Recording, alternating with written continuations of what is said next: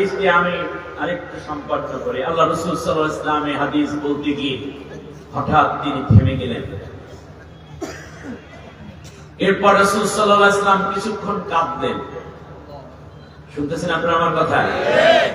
রাসূল সাল্লাল্লাহু আলাইহি ওয়াসাল্লামের পরেই তার চেহারা মোবারক আবার উঁচু করে সাহাবীদের দিকে তাকিয়ে একটা চমৎকার মুস্কি হাসি দিলেন।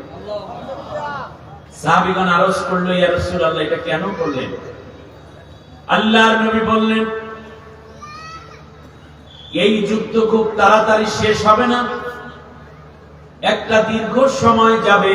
এই জন্য আমি মাঝখানে হাদিস বর্ণনা থামিয়ে দিয়ে একটু সময় নিলাম, যাতে তোমরা বুঝতে পারো 1 মাস 2 মাস 1-2 বছরে এই যুদ্ধ চূড়ান্ত কোন রূপ নিবে না। যেহেতু দীর্ঘমেয়াদী যুদ্ধ, এই জন্য একটু থামলাম। ইয়া রাসূলুল্লাহ, ইয়া হাবিবাল্লাহ, হাদিস বর্ণনার মাঝখানে আপনি কোনোদিন এত বেশি কাঁদতে দেখি নাই।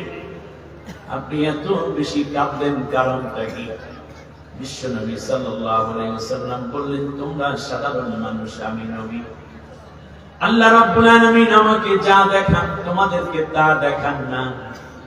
আল্লাহ দেখিয়েছেন এই যুদ্ধে আমার হাজার হাজার উম্মত জীবন দিয়ে শহীদ হওয়ার মর্যাদা লাভ করেছে। এত বেশি ভয়াবহ হবে যুদ্ধ, মানুষের রক্তের উপর দিয়ে মানুষের লাশ গড়িয়ে যাবে, ভেসে যাবে, রক্তের ঢেউ উঠবে, সেই ঢেউয়ে ঢেউয়ে মানুষ এক জায়গা থেকে আর এক জায়গায় নিয়ে যাবে। এত বেশি লাশ, এত বেশি রক্ত যাবে।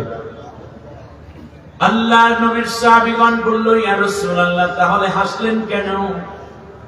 আল্লাহর নবী বললেন, যুদ্ধ যতই দীর্ঘমেয়াদী হোক, যুদ্ধ যতই রক্তক্ষয়ী হোক, সংঘর্ষী হোক না কেন, আল্লাহ রাব্বুল আলামিন আমাকে চূড়ান্ত ফলাফল দেখিয়ে দিয়েছেন। শেষ পর্যায়ে, বেলা শেষে, চূড়ান্ত পর্যায়ে আল্লাহ রাব্বুল আলামিন আমার উম্মতকে বিজয় দিয়েছে।